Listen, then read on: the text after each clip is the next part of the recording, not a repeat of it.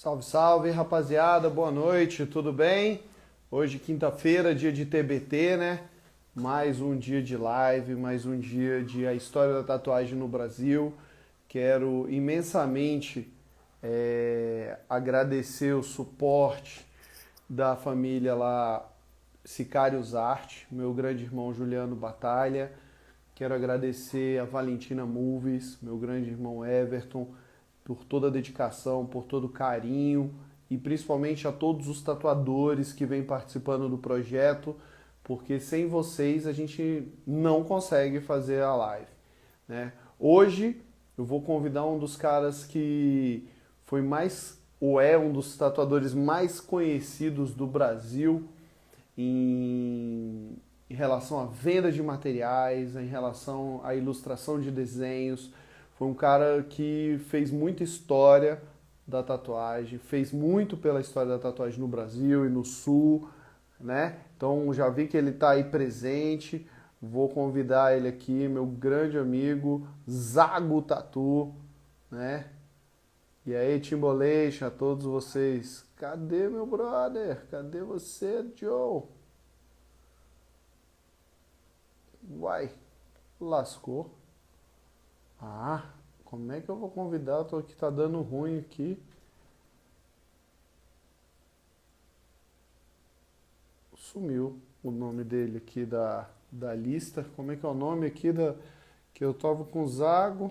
E aí deu ruim aqui a situação. Aguenta aí, gente. Aguenta aí que eu vou ver o nome aqui direitinho. Curso que ele tá usando. Curso.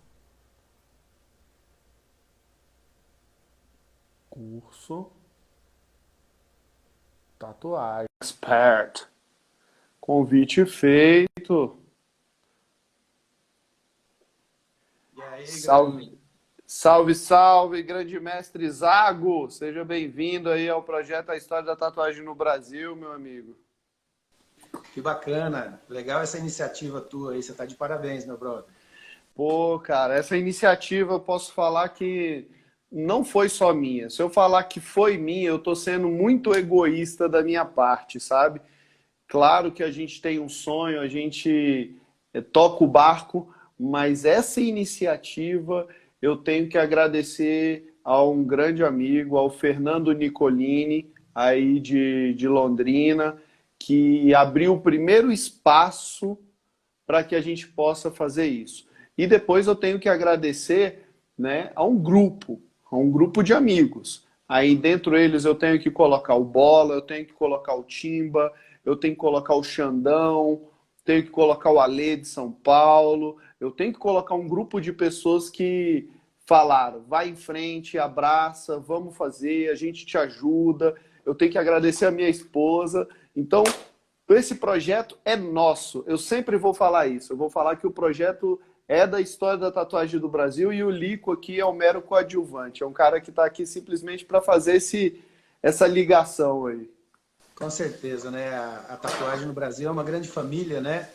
E é muito bacana a gente saber que as pessoas estão realmente se preocupando em divulgar cada vez mais, mostrar a história, qual foi a trajetória dos tatuadores mais antigos, né? Para poder conseguir chegar até onde a gente chegou hoje em dia. Isso é muito bacana. É, cara, a gente precisa documentar isso, né, Zago? Você é um dos caras, eu vou já passar um pouco as minhas perguntas, mas já vou colocar isso.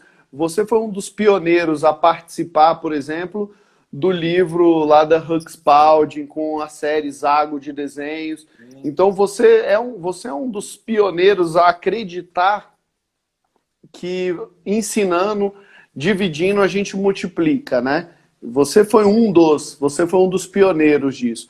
Mas voltando lá, vamos lá. Quantos anos de tatu hoje, Zago? Olha, Lico, para falar a verdade, eu tive o meu primeiro contato com a tatuagem aos 14 anos de idade, para 15 anos de idade, como a maioria dos nossos brothers aí, né, os tatuadores raiz da década de 80, né? Mas, para dizer a verdade, eu comecei a tatuar profissionalmente mesmo em 1995, foi quando eu consegui abrir um estúdio, Nossa! né? Porque a cidade que eu moro aqui não era tão grande na época, tinha muito preconceito, como em muitas outras cidades do Brasil, né? Mas mesmo assim eu acreditei.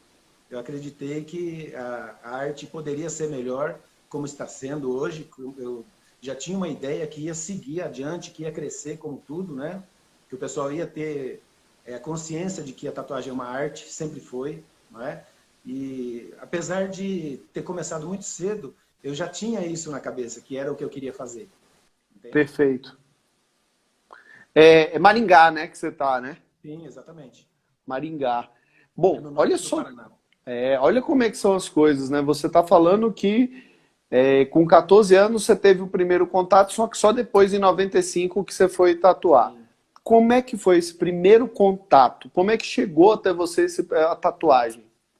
Olha, então, é tipo assim, eu vou voltar um pouquinho antes dos 14 anos, tá? Vamos Eu sou nessa, não tem paulista, problema. né? Eu sou paulista, nasci na capital, e eu lembro quando eu era criança, eu tinha 7, 8, 9 anos de idade. Eu vim com 10 anos de idade para o Paraná, né, com a família. Mas nessa época, quando eu morava em São Paulo, que eu era criança ainda, eu já desenhava bem. Como todos os tatuadores, a maioria já entrou no ramo porque gostava muito de desenho e tinha essa facilidade, né? E eu lembro que uma vez eu fui com a minha mãe para o centro da cidade e eu vi uma pessoa, né, um rapaz, com bastante tatuagens no braço, naquela época, ó, Olha muito só. antigamente, né, lá para começo da década de 80. E aí, como eu gostava muito de desenho já desde criança, eu lembro como se fosse hoje, que eu comentei com a minha mãe que um dia eu ia fazer aquilo no meu corpo, eu ia fazer um monte de desenhos no meu corpo. Mas depois foi passando o tempo e eu vim para o Paraná. E aí, conforme fui fazendo amizades, eu sempre tinha amizades de adolescência um pouco mais velhos que eu, sabe? Tipo, eu tinha 14 para 15, eu tinha amigos que tinham 17, 18 anos. E aí, um belo dia, apareceu um amigo desse com uma tatuagem caseira, né? Que, você sabe qual que era o estilo das tatuagens de antigamente, né? Era Claro, bem sim. precário, porque a gente não tinha nada do que a gente tem hoje. Era da idade da pedra, igual eu falo pro pessoal. Era muito bacana você saber que você tem que inventar uma solução para fazer o que você quer. E vendo aquela tatuagem, me despertou uma vontade de fazer em mim. Tá? No começo, eu não tinha vontade não tinha aquela expectativa de virar um tatuador, comercializar o trabalho, nem nada. Eu queria simplesmente ter uma tatuagem, porque aquilo, naquela época, era uma coisa diferente, era bem bacana e o pessoal curtia. E aí, entrando em contato com esse amigo, ele disse que tinha sido uma pessoa que fez para ele caseira e tal, e que eu conseguiria fazer também, porque era só comprar umas agulhas no bazar e uma tinta nanquim. É só comprar, né? Só É comprar. simples assim, né? Simples, só comprar uma agulha lá. É igual o pessoal brinca, né? Você tem uma agulha e uma tinta, você faz um trabalho se você souber desenhar. E aí eu fiz a minha primeira tatuagem, que ficou um lixo na época, né? Meu Deus. Mas era o que melhor a gente podia fazer, manual mesmo, não tinha maquininha nem nada. E a partir desse momento eu comecei a mostrar essa tatuagem para os outros amigos, e aí o pessoal começou a falar, poxa, você sabe fazer, faz uma em mim, faz uma em mim. E a hora que você vai ver, você já fez meia dúzia de tatuagens, Meu Deus. daquele jeito precário, né? Tipo dot point, né? Que eles falam só com a agulhinha, não tinha máquina, né? Não sabia nem como funcionava a máquina, porque aqui no interior do Paraná, no norte do Paraná, onde eu moro, era bem restrito, sabe? Inclusive o pessoal que tivesse tatuagem era discriminado. A gente sabe dessa época que foi bem difícil, né? E de uma maneira ou de outra eu comecei a fazer para os amigos, não cobrava nada, eles traziam material, e isso aí foi me colocando na minha cabeça que eu poderia seguir isso adiante, melhorar, né, para poder oferecer uma qualidade melhor. E aí eu comecei a buscar por informações, entende? Através de procurar revistas que falassem a respeito disso, eu ia na biblioteca pesquisar, entende? E foi dessa maneira que eu comecei, tentando fazer em mim só pelo fato de ter tatuagem. E aí a galera achou bacana e começou a me procurar. E estou até hoje aí trabalhando no ramo. E quem foi o primeiro artista profissional que você teve acesso? Para eu me transformar em profissional, você diz?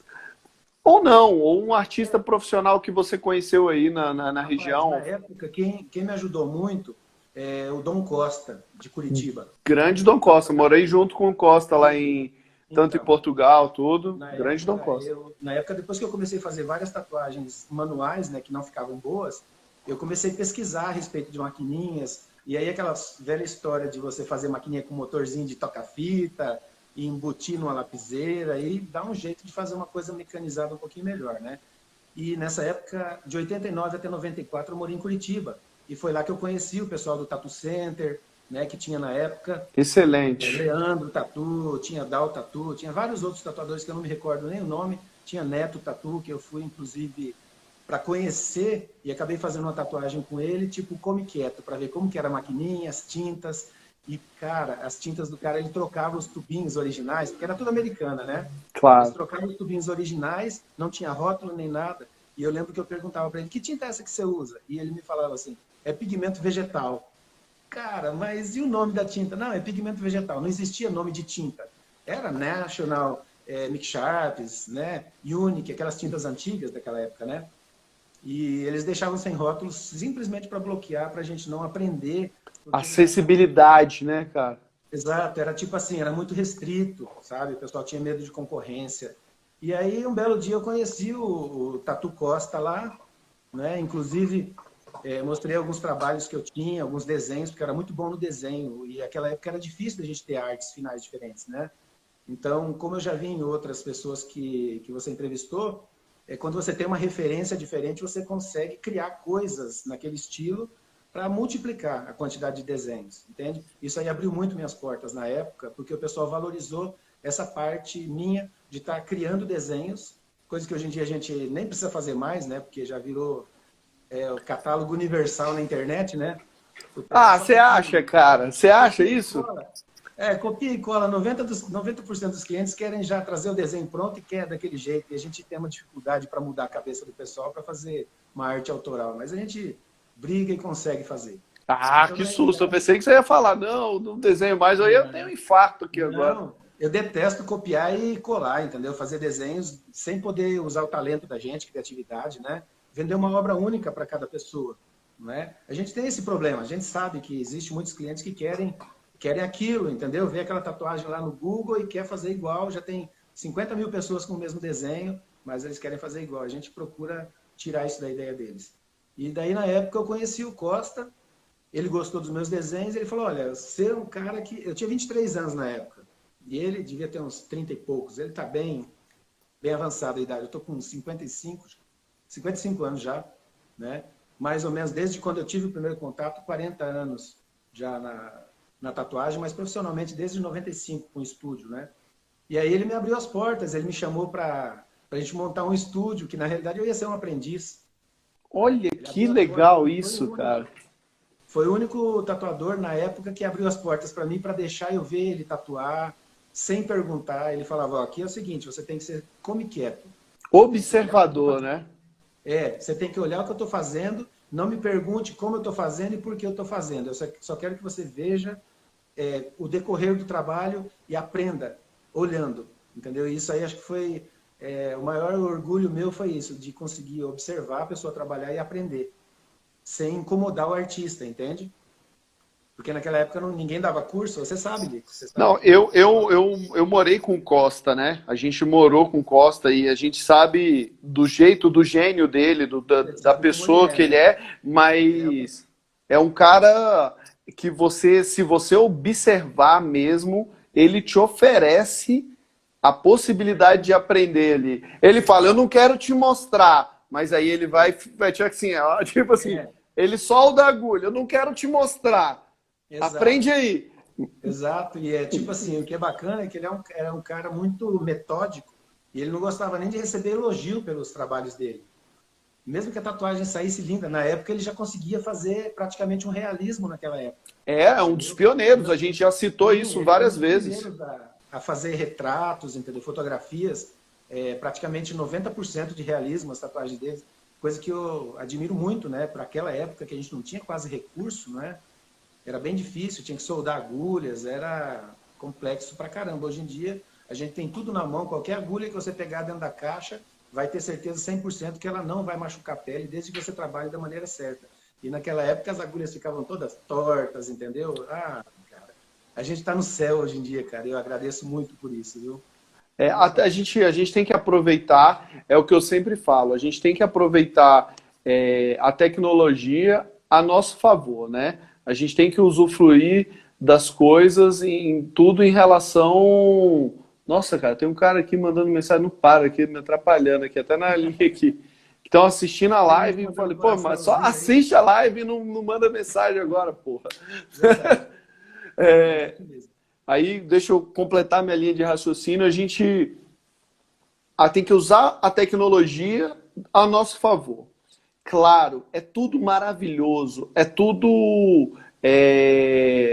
histórico. Você pegar uma máquina de bobina, é gostoso, sim, mas se hoje já existe o silêncio Sim, para claro.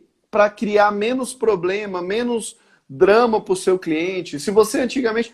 Você, você tem que se aproveitar disso tudo, você tem que se adequar a essa tecnologia, né, cara? E isso é muito bonito ver você falando isso, ver você nativa hoje ainda batendo nessa tecla. E o que é interessante, Lico, é tipo assim, eu penso que isso aí foi bom para mim ter começado nessa época de toda essa dificuldade, porque hoje em dia qualquer máquina que eu pegar na mão, eu consigo fazer um bom trabalho, entendeu?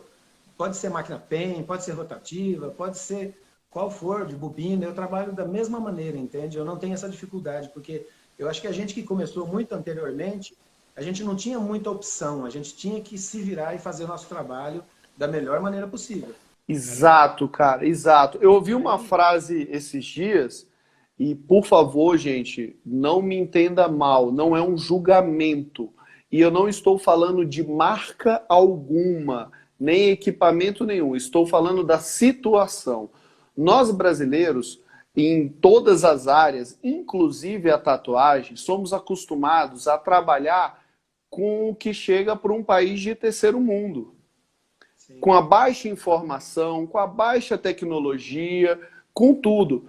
E quando a gente pega um equipamento em qualquer área, em qualquer profissão, que facilite o nosso trabalho, que seja melhor do que aquele que nós estamos utilizando, nós damos show. Os brasileiros vão sempre se destacar. Isso é normal. Entendeu? Então, tipo assim, eu faço as suas palavras. Quando a gente pega uma máquina de bobina, que na época a gente nem sabia qual a tecnologia que era ali exatamente. naquela máquina, era simplesmente dois eletromagnéticos, um batedor. Não se tinha cálculo de medida, não se tinha É. nada, a gente tatuava. E A hoje, gente não quando a entendia gente. nem de regulagem, né? Não sabia nem fazer a regulagem direito. Perfeito, o Bola fala isso numa live dele, Exatamente que igual. prendeu um fio de cabelo, eu acho, não sei se foi o Bola, e travou a máquina e ele entrou em desespero. Ele agora, e Exatamente. o tatuador que foi lá, acho que foi o Lagarto, alguém foi lá e tirou só o fio de cabelo e botou a máquina para funcionar. E ele, era só isso. Para você ver como que é a dificuldade, né? Hoje em dia, se você escuta um barulhinho diferente na máquina, pode ser uma máquina PEN, pode ser a máquina mais moderna que for, você já identifica de onde vem o problema. Você sabe se é mau Exato, contato, se é a fonte que não está legal, se está queimando.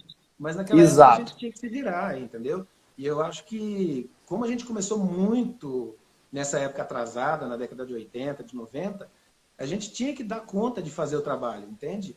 Mesmo que a máquina não tivesse boa, a gente tinha que fazer um recurso ali para conseguir trabalhar, entende? E o que é mais interessante, a gente falando de máquina, você sabe que eu comercializei máquina por muito tempo, né? Hoje em dia eu já não vendo É mais isso que eu ia material, fazer essa pergunta para né? você. Eu É, lembro que então, você foi um dos primeiros fabricantes de máquina sim, do kit Zago, porque aí eu pego, aí eu vou lá em cima. Você falou que começou só a tatuar em 95, mas eu já lembro de 96 ou até mesmo em 95 já existia propaganda do Zago na sim, eu Metalhead. comecei Ou fazendo eu propaganda. estou enganado? Não, os anúncios que eu fazia nas revistas de tatuagem nacionais, Metalhead Tattoo, Arte e Comportamento, no início foi para vender desenhos tribais, Eu que é o que lembro. foi Eu a tenho meu livro aqui foi, da Huck Spalding, do que tem Hugspald. 1000 desenhos seus, 500 desenhos seus, né? Mais de 6 mil desenhos, mais de 6 mil imagens. É, eu lembro, eu lembro. Eu comecei a desenhar aquilo lá de 96 até 99, entendeu? E o camarada lá, o Mr. Huck Spalding, falava para mim, tudo que você fizer eu compro, porque estava um boom de tribal lá nos Estados Unidos. E eles comercializavam os desenhos, vendiam as folhas de desenho, né? Que O legal pessoal. isso. E aí eles tinham os tatuadores deles, os desenhistas que faziam as artes para ele, e eu entrei nesse lance aí por acaso, entende?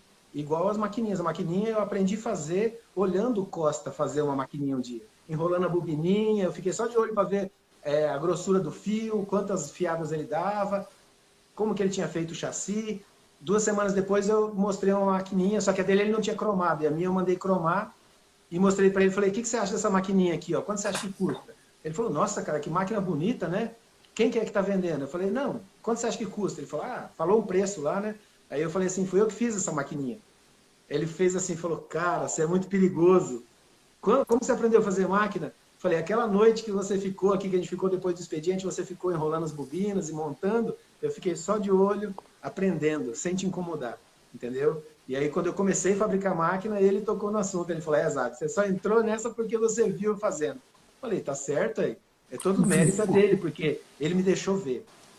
E os desenhos foi da mesma maneira. Eu comecei a ver nos catálogos do Huck Spalding, aqueles de desenho, né, que ele tinha folhas com desenhos coloridos e folhas com tribais junto, né, tudo aleatório. Aí eu pensei, poxa, esses desenhos são bacanas, né? Eu vou começar a criar alguns desenhos desse tipo para eu usar no meu estúdio, para vender para os meus clientes, né, como tatuagem. E aí um belo dia, quando eu tinha já uma coleção, uma quantidade de tipo 100, 150 desenhos, naquela época não tinha internet, entendeu? Então eu ia te perguntar, algum desenho daquele ali, você já começou a usar a tecnologia, os computadores, ou não? Mas em 97, de 96 até 97 eu fazia na mão. Pegava aquele papel duplex, aquela cartolina grossa, duplex, né? Aham. Que o pessoal usa para fazer capa de revista grossa e tal. E eu trabalhava em gráfica na época. Trabalhei desde 85 até 89, 90, até 89 eu trabalhei na gráfica. E eu era arte finalista, então quando eu não tinha serviço da gráfica para fazer, eu fazia os rascunhos a lápis e depois eu finalizava com a canetinha, aquelas canetinhas de nanquim.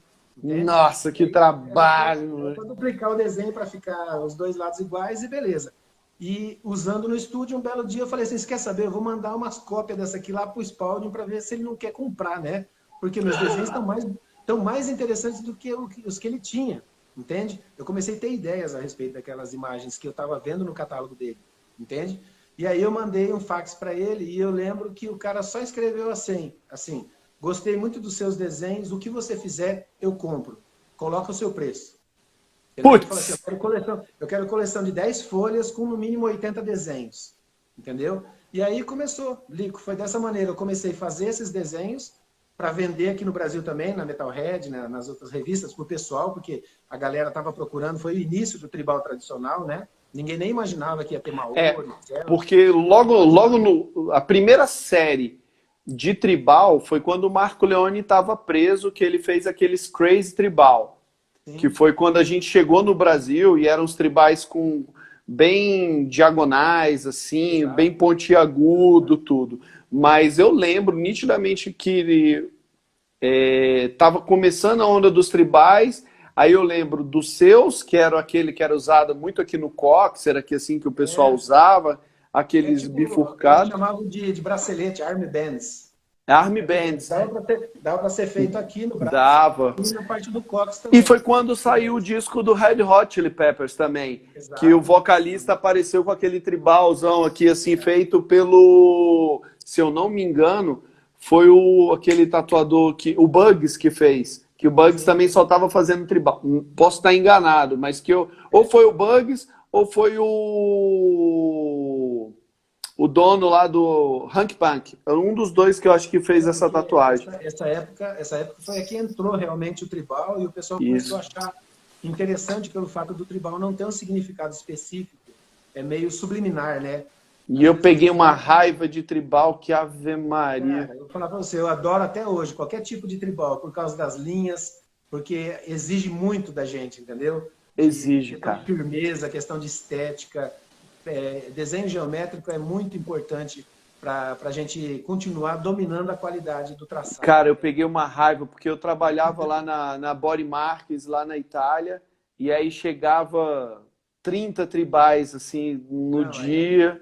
O pessoal, o italiano, na época, tinha muito essa ligação de algo tribalizado ser algo vindo de alguma tribo. Assim, quando você falava, não, isso aqui é só um desenho, que não sei o quê. Aí os caras, aí que apaixonava mais ainda, porque, bom que não tem significado. Eu, puta que pariu, lá vem outro tribal. Que raiva do caralho. É uma tatuagem que é tipo assim, se alguém pergunta o que significa, você não tem aquela obrigação de dizer o que significa. É simplesmente uma forma geométrica, cada um enxerga uma imagem que quer nesse desenho. não é verdade? Exato, Mas igual exato, você exato. falou, chega uma hora que enche o saco mesmo. Você fazer 3, 4, 5 tatuagens uma atrás da outra, tudo tribal, para preencher é ruim, entendeu? Demora, aquela pintura sólida é complexa, e nem todo tipo de pele pega do jeito que a gente quer, dá muito retoque. Mas eu acho bonito, eu gosto quando aparece alguém. Hoje em dia a gente está já passando da época dos maores, né? Mas eu já fiz muito fechamento de braço, maori, que parecia que não ia acabar nunca, parecia uma eternidade, sabe?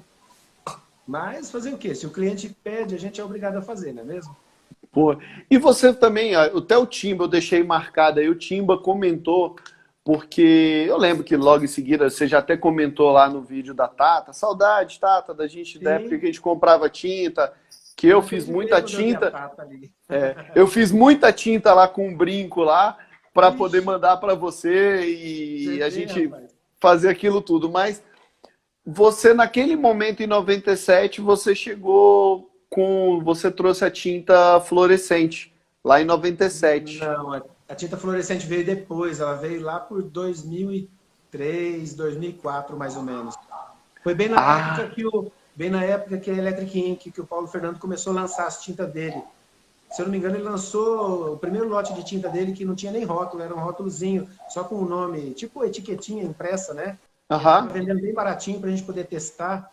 E foi bem nessa época aí que eu comecei a conseguir essa tinta fluorescente. Por acaso também, tentando diversificar, porque eu já estava começando a vender material e participar de convenções, e eu precisava de tintas diferentes, né? Não podia ficar só com a Spald, porque a tinta da Spald não era tão boa, aquela Voodoo Brand, sabe? Não era uma tinta que pigmentava fácil, era uma tinta muito grossa, Eu sabe? sempre achei que a tinta Spaldi, a tinta deles, que era muito boa, eu não vou falar do Thales, mas era um preto que ela tinha. Eles tinham lançado um preto naquela época, e olha que eu já vejo o resultado desse preto até hoje. Era muito boa, mas as tintas coloridas, eu acho que como elas eram a base muito de álcool isopropílico É, e era uma diluição, elas sempre perdiam cor. Teve um lote inteiro da Huxpald, eu lembro que teve uma época que sumiu inteiro. Você aplicava, exatamente. cicatrizava, a tinta toda sumia. Mas E eu eu tive esse tô. problema também. Eu tive esse problema Você também. Aí lembra? depois a gente começa a mudar os recursos, procurar outras empresas. Eu comecei a usar a tinta da National, da Mix Sharps, né, da Mix Inglaterra Sharps lá, inglesa, né, assim. que era a dificuldade de comprar o pigmento deles, porque era outro estilo de maneira de envio, era muito mais caro na época.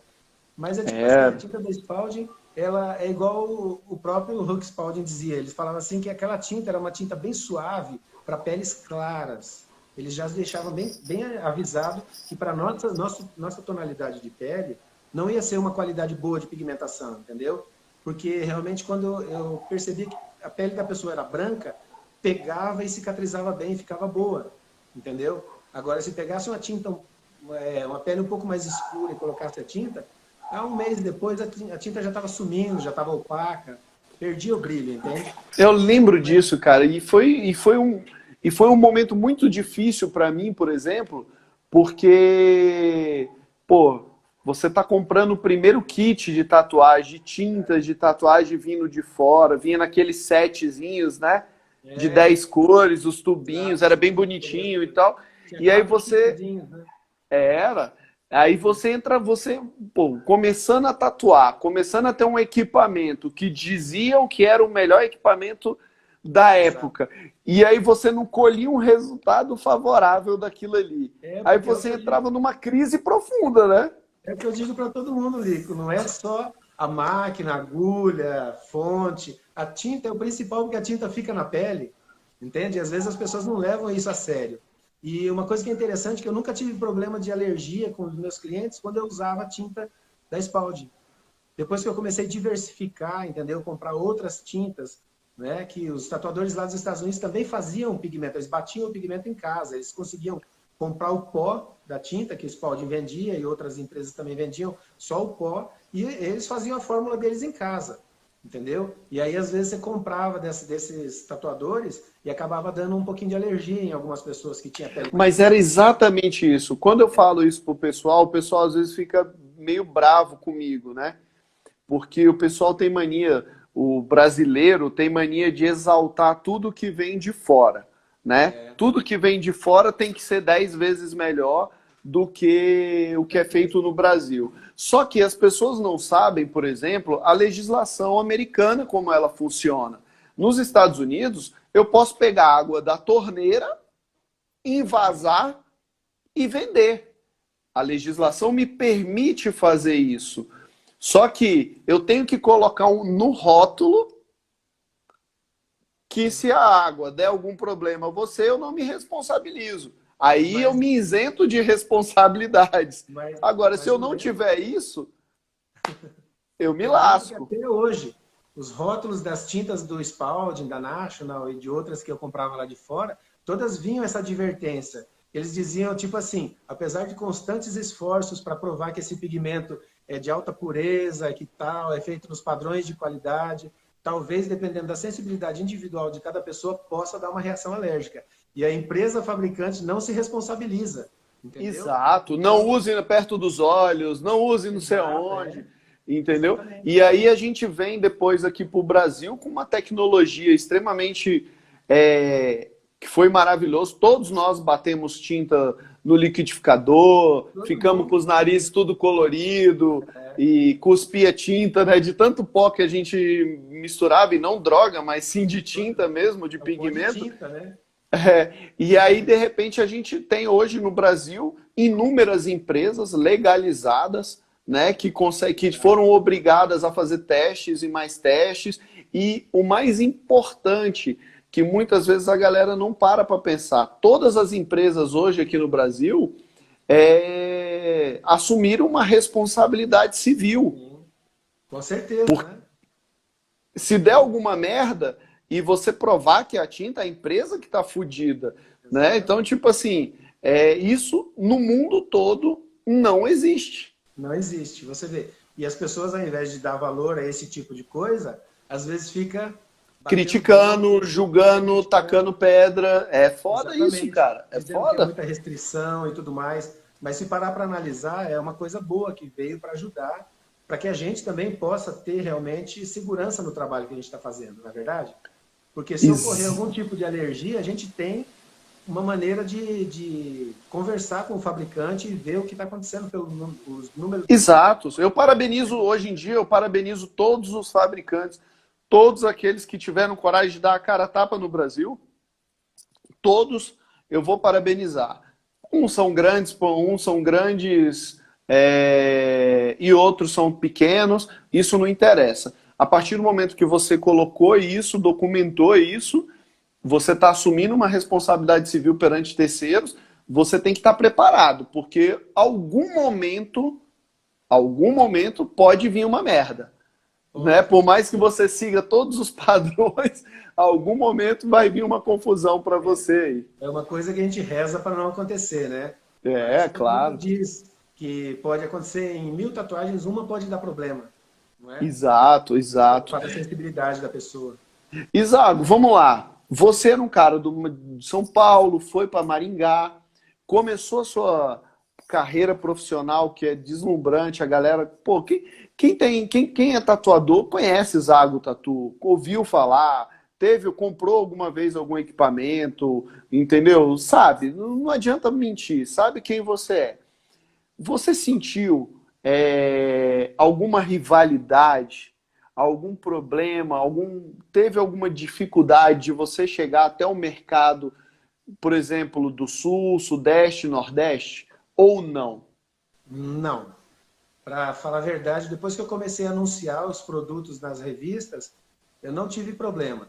Eu comecei a ter um pouquinho de problema quando eu comecei a frequentar as convenções. Boa! Aí, eu sei de algumas coisas, eu não vou falar. Eu sei de algumas coisas, eu não vou falar. O estande do teu lado está vendendo tinta, está vendendo máquina, vendendo biqueira, vendendo agulhas, certo? Primeiro dia está todo mundo com pressão lá em cima, né? Segundo dia, quando vê que não está desovando o material, começa a baixar e começa a dar aquela treta, entendeu? Porque quem tem mais estoque faz um desconto maior e vende tudo. Então eu tive sim realmente algum problema em relação a esse tipo de coisa, mas nada que fosse tão grave, não, de causar treta. Mas eu tive um problema de treta com a tinta ultravioleta, aquela Blacklight. Aquela tinta, ela tive problema porque eu descobri ela eu entrei em contato com a empresa, que era distribuidora, Crazy Chameleon, lá dos Estados Unidos. Lembro. E aí eu comprei um lote grande de tinta. O primeiro lote que eu comprei era mais ou menos em torno de uns 200 tubinhos de 15 ml. Foi preso lá em Viracopos, lá em São Paulo, no aeroporto, pelo pessoal lá da UPS, da fiscalização, porque eles viram que era tinta diferente das outras, entende? E aí os caras bloquearam a mercadoria e não conseguiram liberar elas, certo? Aí, Meu Deus. e essa empresa, só foi o contrato que eu fiz com eles, tem até hoje o contrato, entendeu? Assinado por eles, tudo certinho, me dando a responsabilidade de ser distribuidor aqui para o norte do Paraná e América do Sul aqui, enquanto não tivesse outro que fosse comprar. Que legal isso, hein? Material para revender. Então eu fui um dos primeiros a me interessar por essa tinta. E olha só, foi na época de 2003, 2004, se não me engano, e o que foi interessante, só para você ter uma ideia, essa tinta já existia desde 1996, lá nos Estados Unidos. Por isso que eu perguntei, por isso que eu pensei que tinha sido em 97. Não, essa tinta ela já existia, e aí, por um acaso, o pessoal não conhecia, entende? Aqui do Brasil. Era uma coisa lá para a Europa, Estados Unidos, né? E aí, quando eu descobri, eu comecei a comprar e fazer testes, e eu falei, olha, eu vou revender essa tinta. E aí, a coisa mais difícil que foi tipo, enfiar na cabeça das pessoas que a tinta, ela não era flúor, entendeu? Ela, na composição dela, ela tinha polimetilmetacrilato, que ela englobava cada pigmentinho, cada partícula microscópica ficava dentro de uma bolinha, como se fosse a gema com a clara. Entendeu? Então, a gema, que era o pigmento da tinta, que era cancerígeno, não entrava jamais em contato com a pele da pessoa. O que entrava em contato era o polimetilmetacrilato. Entende? Que é, Caramba, cara. até hoje aí para preenchimentos faciais e para estética, né? Ele é compatível com o corpo. E isso aí foi a parte mais difícil para eu conseguir fazer o marketing para convencer os tatuadores que era uma tinta segura. Entendeu? Inclusive, a empresa me mandou vários laudos de registro. Olha que interessante isso, cara, porque eu mesmo fui um dos que não usei, porque todas as informações que eu absorvia, que chegava até mim, por exemplo, eu tinha amigos lá na Europa, aí não usa ali, que é extremamente cancerígeno, é tóxico, que não sei o que, bababá.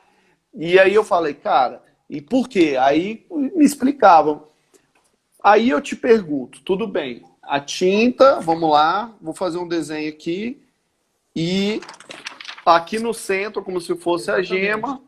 Exatamente. Essa é a partícula do pigmento que é o fluorescente. E perfeito. Ele é envolvido por uma cápsula de polimetilmetacrilato que não deixa o pigmento entrar em contato com a pele nunca. E quando ele é encapsulado e os macrófagos... Mas os macrófagos não vão se alimentar dessa cápsula? Não. Foi o que eles conseguiram provar para mim através dos laudos, entendeu?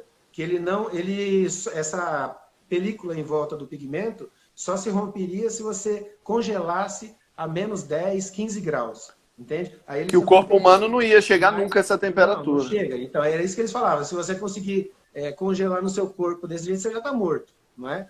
Então, eles me deram todas as cópias, entendeu? Que eu pedi para realmente poder mostrar para as pessoas. E quando eu ia para a convenção, eu fazia várias cópias e quando eu vendia a tinta, eu já dava toda aquela instrução para a pessoa tirar todas as dúvidas dela, inclusive o 0800 da empresa também e o e-mail que eles tinham para poder, se eles quisessem conversar diretamente. Olha que interessante isso. Vamos voltar para a treta agora. Vamos lá. Como eu tinha o direito de revender o material aqui no Brasil, tá? Tinha o certificado, né, de distribuidor exclusivo e tudo mais. Se alguém entrasse em contato com qualquer tatuador lá nos Estados Unidos e falasse assim, olha, tem uma tinta fluorescente aí, você não compra e manda para mim, eu te dou aí $100 de brinde. Tipo assim, sabe? O que acontecia? As pessoas daqui do Brasil não conseguiam comprar direto da distribuidora. Então, eles começaram a comprar direto dos amigos tatuadores, porque eu, na época, já tinha 30, 40 amigos americanos, né? Através do MSN daquela época, né? Conversava com o pessoal, mandava e-mail, porque eu vendia minhas maquininhas também para lá, para alguns tatuadores de lá. Tinha o Léo Tatu, era Tatu X, Tatu X, né? O nome do estúdio dele, lá em Pine Brooks, lá na Flórida, né? E ele comprava as maquininhas. E aí, tipo assim, se alguém entrasse em contato com ele aqui do Brasil e falasse assim, porque ele era brasileiro, Ele mudou para lá e fazia 20, 30 anos na época que ele morava lá. E aí, se alguém pedisse para ele comprar, ele comprava, botava na caixa, fazia lá uma declaração que era tinta de tatuagem e mandava para a pessoa. E aí começou a aparecer nas convenções, eu lá com o meu estúdio regularizado, com certificado de distribuidor oficial da empresa, e mais um monte de gatinho pingado vendendo tintinha também, entendeu? Mais Nossa Senhora! Aí eu comecei a caçar treta, porque é complicado, né, cara? Entendeu? E aí eu tive treta com várias pessoas na época, mas depois que eu vi que não ia resolver, que as pessoas não queriam comprar de mim, porque se o tatuador brasileiro quisesse revender, era só comprar de mim, eu ia fazer o preço bem barato para ele poder ganhar o lucro, né? Mas os caras, para não baixar a cabeça, porque na época eu estava crescendo muito em venda de material no Brasil, Muito. muita gente, você sabe, atrapalhava muita gente, por causa da grande quantidade que eu tinha de estoque e o preço que eu conseguia fazer diferenciado dos outros, bem mais barato, né? Diminuía o meu lucro para aumentar a venda, para ajudar os tatuadores.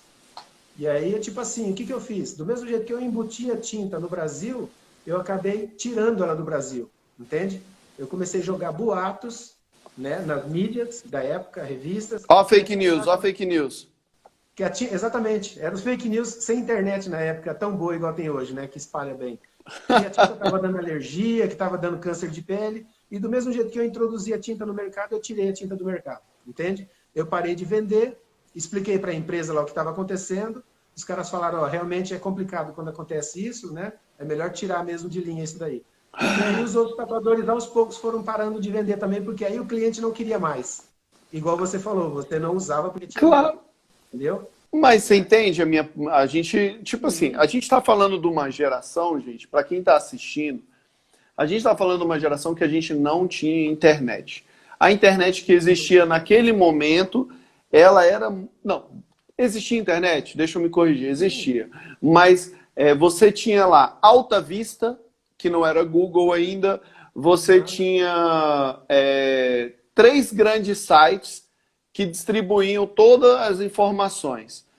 Para a gente ter uma conversa com um tatuador de outro país, por exemplo, ou ele fazia parte do MSN e você conseguiu o e-mail dele através de outra pessoa, ou conhecida pessoalmente, ou você se filiava a um único site internacional que era o tatu.com.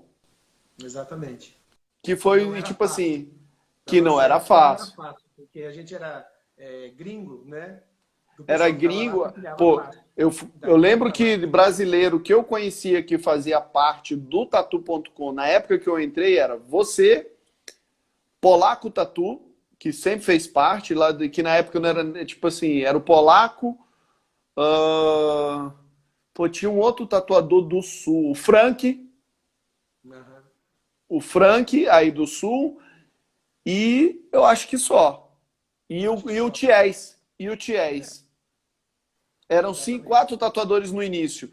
E depois sim foi começando a abrir. Não, pô, né?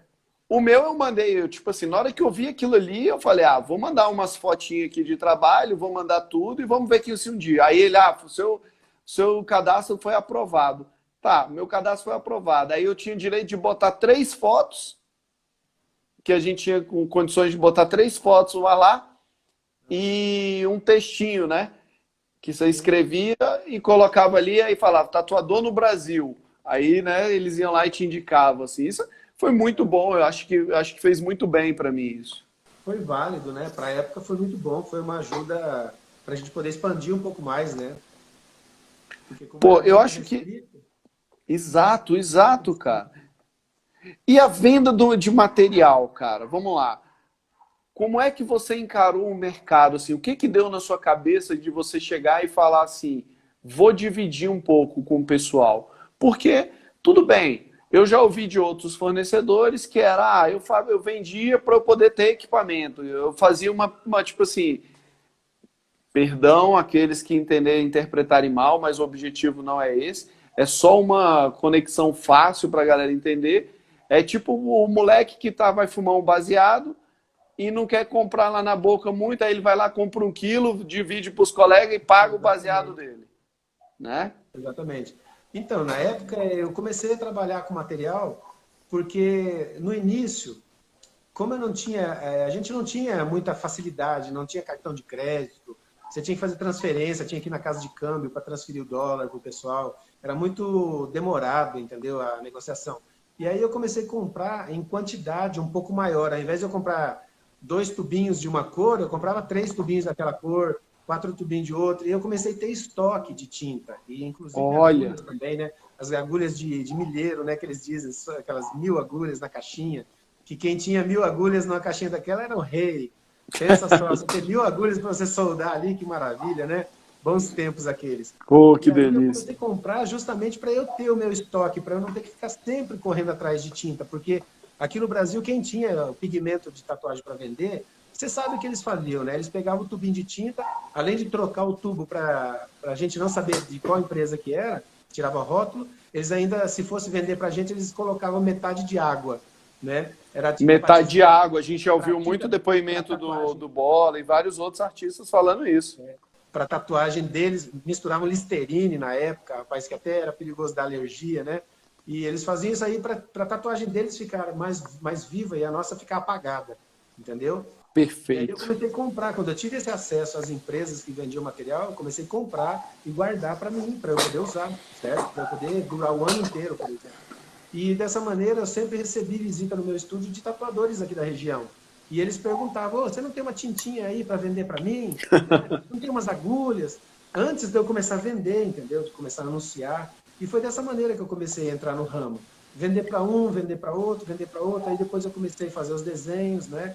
Comecei a vender, anunciar os desenhos nas revistas. Aí no primeiro mês foi bom, porque o pessoal começou a gostar da ideia e fazer encomendas das cópias de desenho. Depois eu já comecei a incluir tinta. Depois eu comecei a comprar a maquininha de bobina do André e Norival. Não sei se André você... Norival. Pô, eu Exato. tentei de tudo que é forma entrar em Então, contato, mas tá difícil, cara.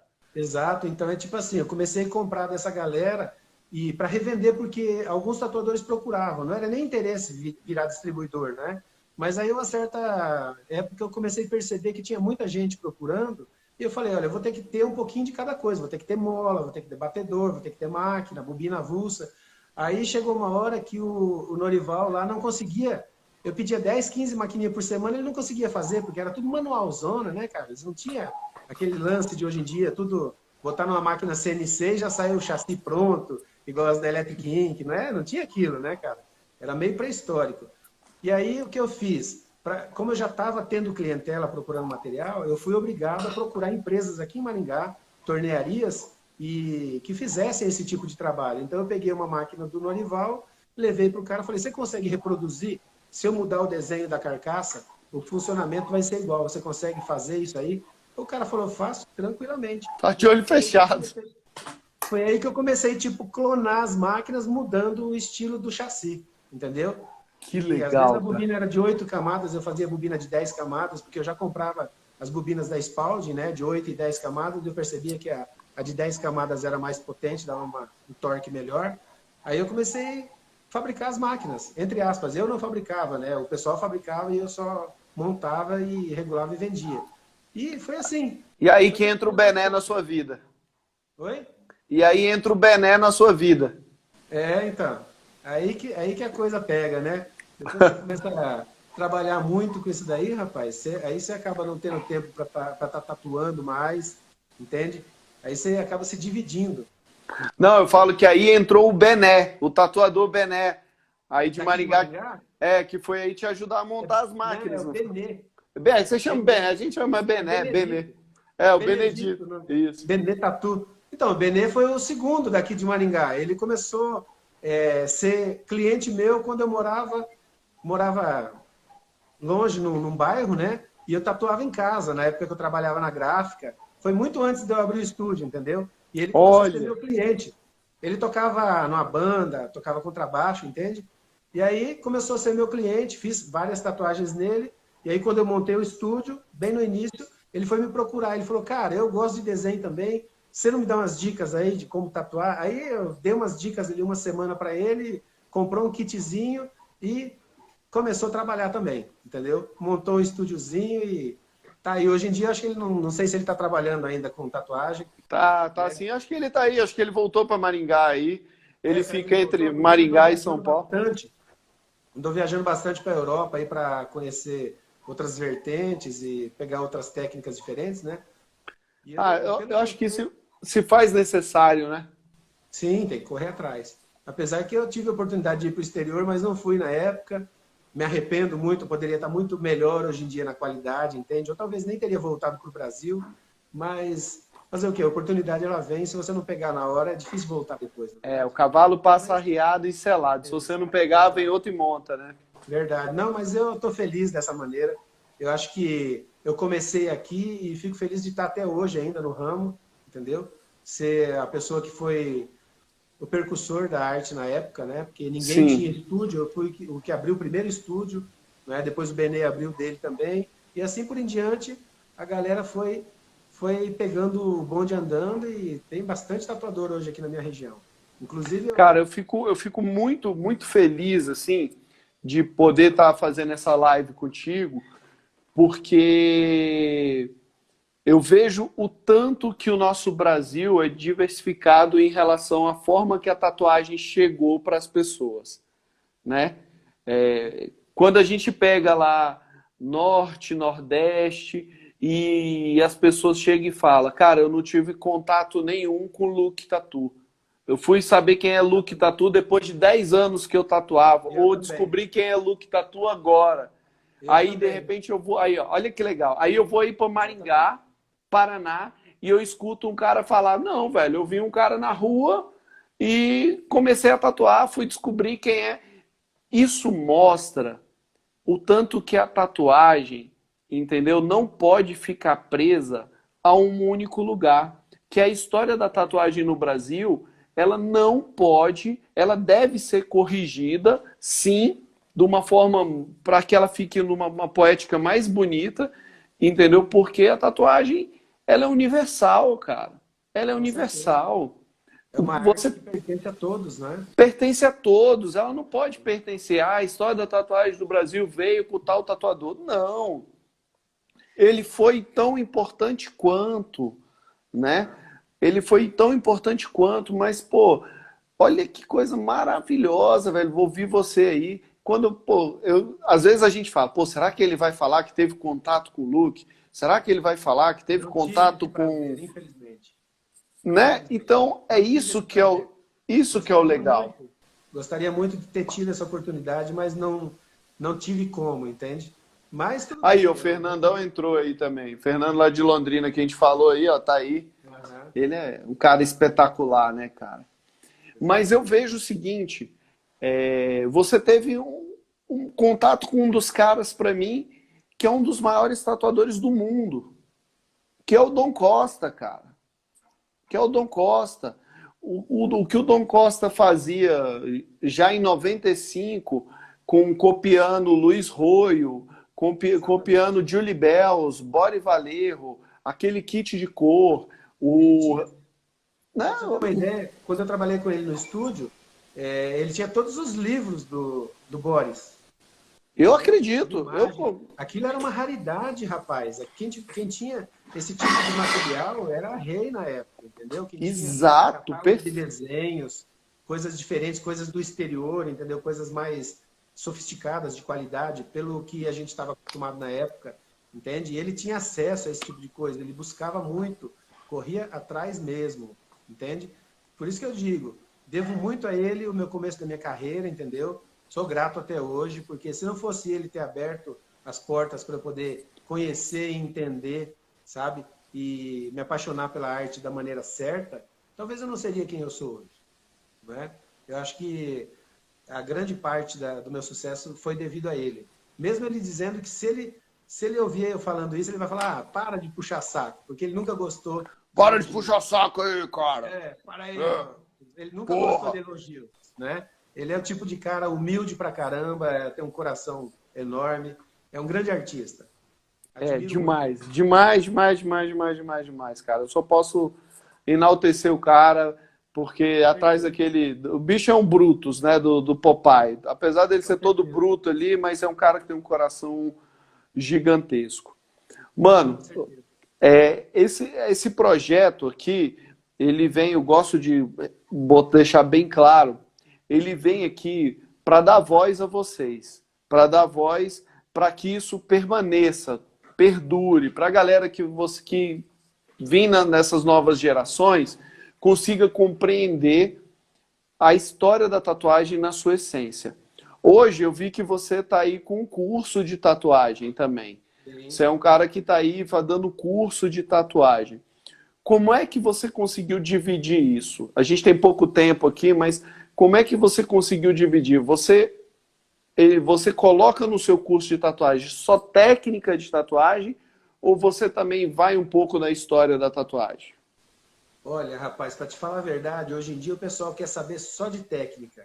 Eles deixam a história para depois. Esse que é o grande problema, porque como nós somos tatuadores raízes, né, não querendo desmerecer a galera nova, que são Nutella, que já estão pegando agulha soldada, esterilizada, máquina PEN, tudo da alta tecnologia.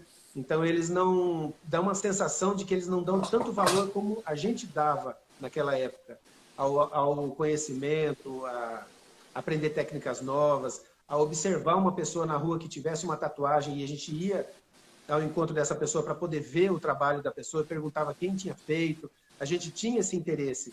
E eu percebo hoje em dia que isso aí diminuiu muito o interesse em relação a fazer amizade, para conhecer quem foi o tatuador que fez.